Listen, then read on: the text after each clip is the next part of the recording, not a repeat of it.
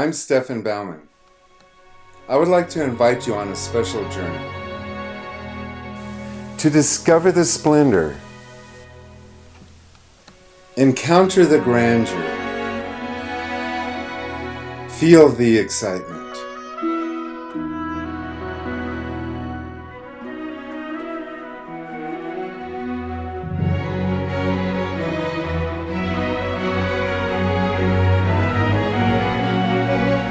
Come along with me as we experience the thrill of painting outdoors.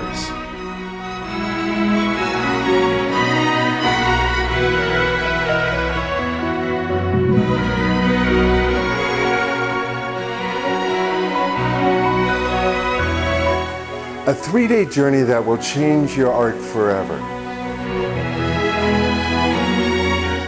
In one of America's most stunning locations, Mount Shasta.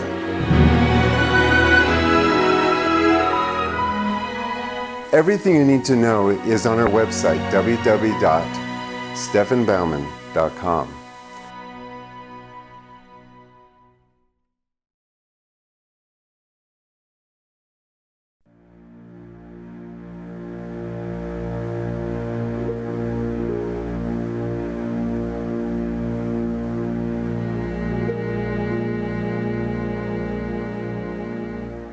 In 1851, following skirmishes between native people and European settlers, California's governor, John McDougall, authorized the Mariposa Battalion to rid the region of conflict. John Savage, the battalion's lieutenant, had lost 5 employees in the clashes. Their objective was to remove the suspected tribe from the region and force them to reservations in the Fresno area. A mythical valley called Ahwahnee was one of the locations that Savage needed to rid of Native American influence. The men knew nothing of the region, but were warned of the spiritual power of the mystical valley. Nothing could prepare them for what they were about to experience.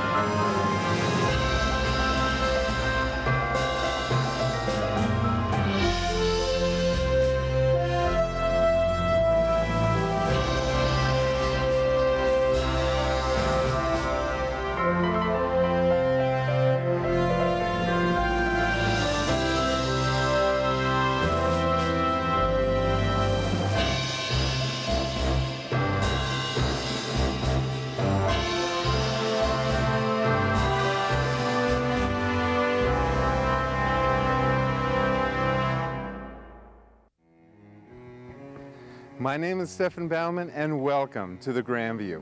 What the battalion discovered would change the way we'd look at the West. In 1850, few people ventured into the wilderness in search of beauty and not for gold. Artists like Albert Bierstadt and Thomas Moran were searching, but for a different kind of gold, and they found it here, in the visual splendor of Yosemite Valley. This park is still a favorite place for painters, including myself. And what makes painting outdoors so wonderful is that you get to experience the park intimately. Throughout my journeys, I've encountered people whose stories have inspired my artwork and left a legacy upon this region. So come along with me as we explore this magical place called Yosemite National Park.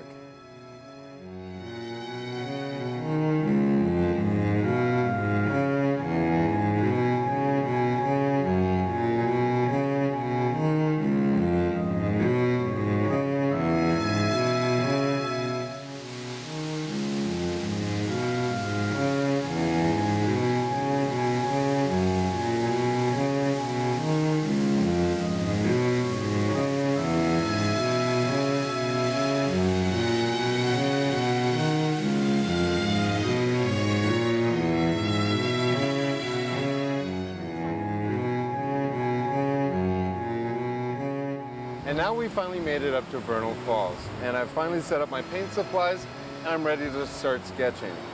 I'm going to start off my sketch with burnt sienna and cobalt blue.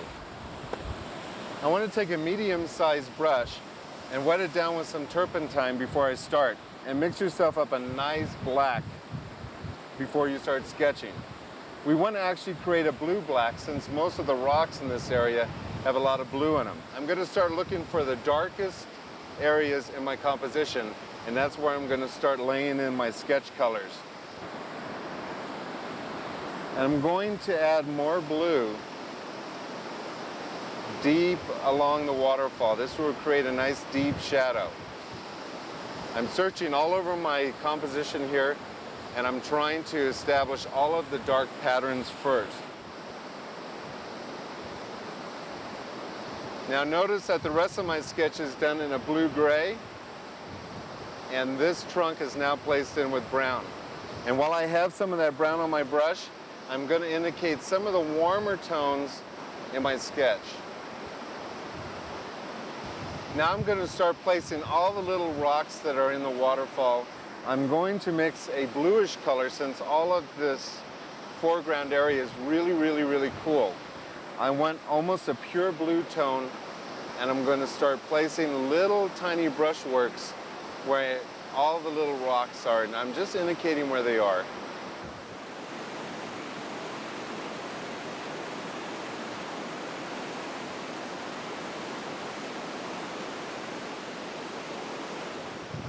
And now I'm going to pay attention to the left-hand side of my canvas.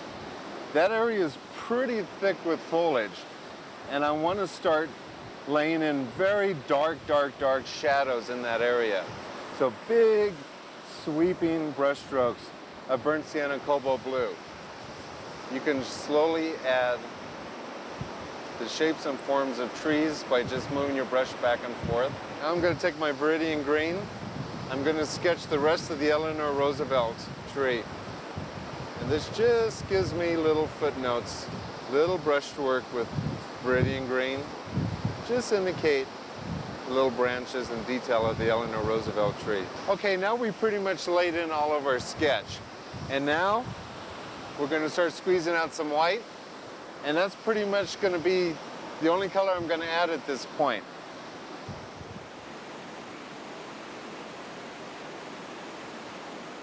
And I'm going to start off painting the sky, so I'm going to just add blue to that and a little bit of Viridian green. And what we want to do is capture a nice, cool, early morning sky. At this point, you want to work fairly fast. Don't worry too much about all the little details. Just give a quick suggestion. We can always do the details later on in the studio, or later on this afternoon when it warms up a little bit. This background wall is actually a warm color, so it has a little bit more of a burnt sienna color to it, as opposed to a bluish color which we had in the background mountain. Ah, finally the sunlight's coming out. Now we're going to take this exact same detail that we just did and do it on the other side of the wall.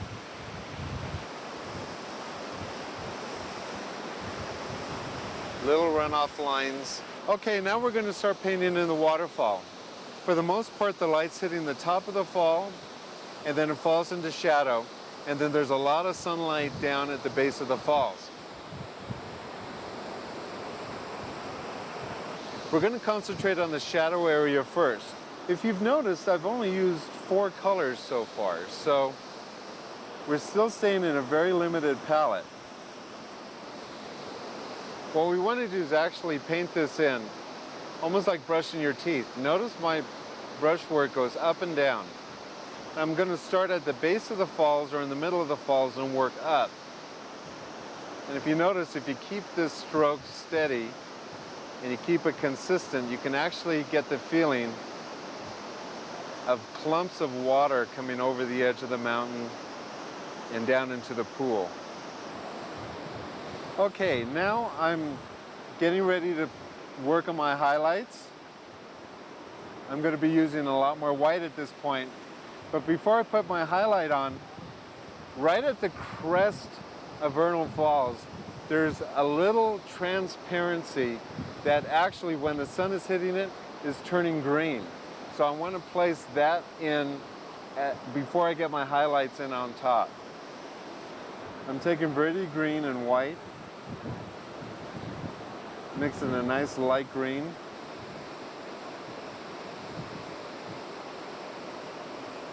I'm going to run this color along the edge of my waterfall. I'm going to drag it down over the falls. Now what I want to do is start working on the highlights. I'm going to take a little bit of yellow, put it out on my palette, and I'm going to introduce that into my white. When you highlight with white, you always want to introduce a warm color to it. My brush actually acts as the motioner. It's what makes the motion of the water. And then I want to pull the brush stroke down, creating that movement of water. And I'm just going to let it scumble. Scumbling is when it hits and misses. Picks up the texture of the canvas and kind of breaks the brush stroke into little tiny, tiny bumps. That's scumbling right there. Start painting the base of the waterfall. Lots of paint. Load up your brush. This is yellow and white. Again, a very bright highlight. What I'm actually doing is pushing that wet sketch away from this area. See, by pushing my brush stroke up like this, all the dark color that's underneath is being pushed out of that area and being replaced with my white. Now once we get this base in, I'm going to take my finger and I'm just going to smear that and create a mist. Beautiful mist of light at the base of Vernal Falls. Okay, now since I painted all of the rocks in the mist, I want to start painting all the cascaded water that comes down in the foreground. I'm going to repeat exactly what I did in the waterfall. I'm going to start off with my blue-gray tones as the shadow colors, and I'm going to lay all of those cascading falls in, and then I'm going to start painting in all of the highlights in on top of it. I'm going to start laying in the shadows of the waterfalls of the cascading waters.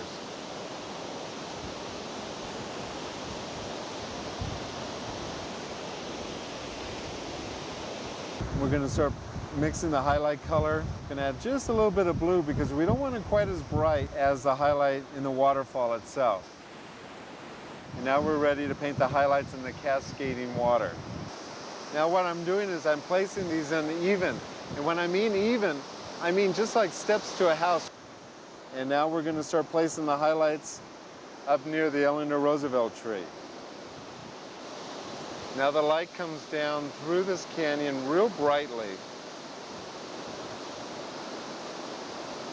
So very carefully, just use the edge of the brush. Okay, now I'm ready to start painting the Eleanor Roosevelt tree. I'm using cobalt blue and burnt sienna. I'm going to place the trunk of that little tree that's growing out of the Eleanor Roosevelt tree. And now with Viridian and burnt sienna, I'm just going to start putting in all the little details.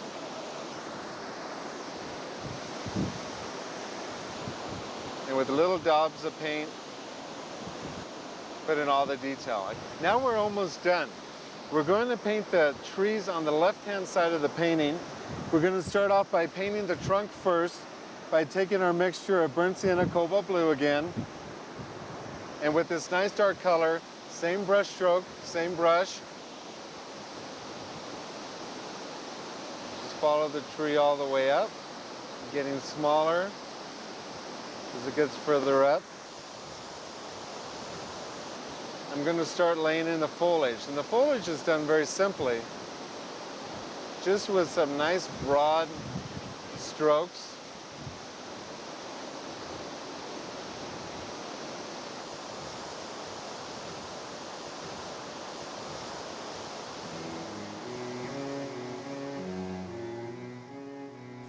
If you like to take your painting to the next level, regardless at whatever level you are, please feel free to contact me at 415-606-9074. Join us on our website, thegrandview.org, and get more information about our show. There you can download our free book, Everything You Need to Know About Outdoor Painting, along with a free diagram of today's subject.